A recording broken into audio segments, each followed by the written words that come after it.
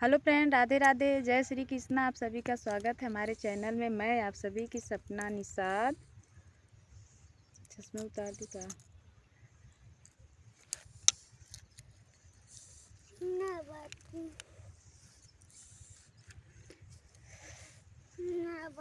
आज बहुत प्यारा गीत लेके आए हैं हम। कहरवा गीत है, आप लोग जरूर सुनिए और अच्छा लगे तो लाइक किया, कमेंट किया, शेयर किया।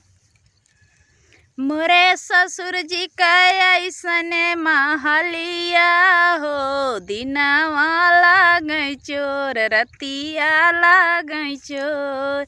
मोरे ससुर जी का ऐसन महलिया हो, दिनवा लागै चोर, रतिया लागै चोर।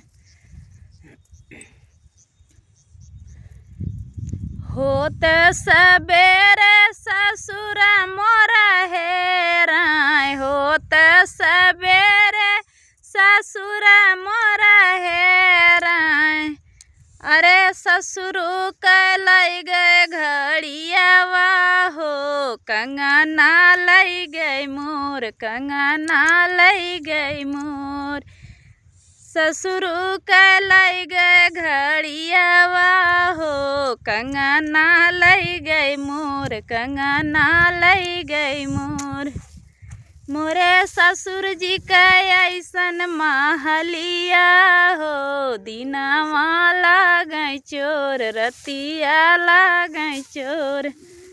मोरे ससुर जी का ऐसन महलिया हो, दिनवा लागै चोर, रतिया लागै चोर। होत सबेरे जेठ मोरा हेराय, होत सबेरे जेठ मोरा हेराय। ओरे ओन कर लई गई सिकड़िया हो, हरवा लई गई मोर। ओन कर लई गई सिकड़िया हो, हरवा लई गई मोर, हरवा लई गई मोर।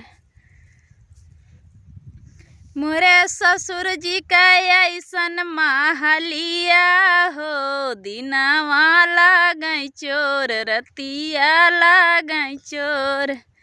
मोरे ससुर जी का ऐसन महलिया हो, दिनवा लागै चोर, रतिया लागै चोर।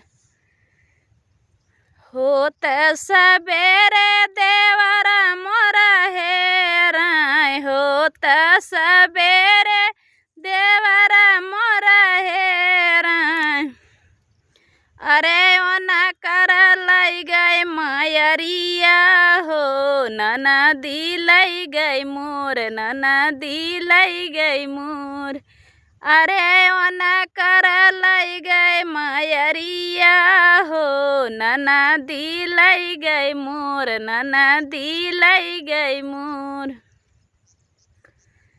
मोरे ससुर का ऐसन महलिया हो, दिनवा लागै चोर, रतिया लागै चोर। मोरे ससुर का ऐसन महलिया हो, दिनवा लागै चोर, रतिया लागै चोर।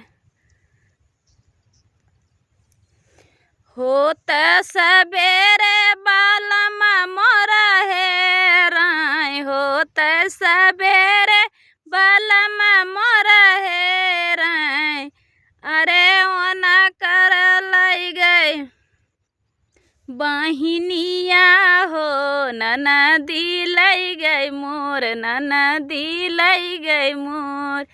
ओना कर लई गई बहिनिया हो, ननदी लई गई मोर, ननदी लई गई मोर। मोरे ससुर जी का ऐसन महलिया हो, दिनवा लागै चोर, रतिया लागै चोर। मोरे ससुर जी का ऐसन महलिया हो, दिनवा लागै चोर, रतिया लागै चोर। कितना अच्छा लगा था सब जगह। अगर अच्छा लगे तो लाइक किया, कमेंट किया, शेयर किया। बाय।